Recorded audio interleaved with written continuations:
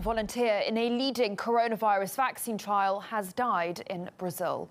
The drug is being developed by the Anglo-Swedish firm AstraZeneca, along with Oxford University.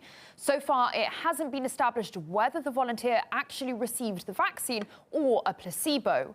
Since this news emerged, those shares in the pharma company have fallen. And it's not the first setback for the AstraZeneca vaccine. Back in September, the trials were temporarily put on hold after a volunteer fell sick with a rare spinal disorder. This time, however, the trials will continue without delay.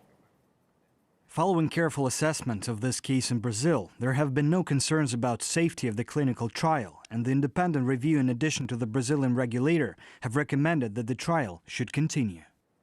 We heard from Dr. Mohammed Munir, a virologist at Britain's Lancaster University. He says the key question we need to ask ourselves, was the person who died given the real vaccine?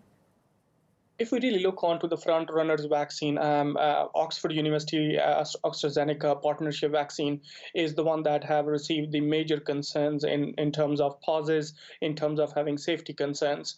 And now having any volunteer who died within the phase 3 trial, which is the last stage trial, I think that is really concerning. And I think the real question will come whether that person has been vaccinated or was in the placebo group, because that would be determinative for really seeing if the safety is good enough to continue the trial or not.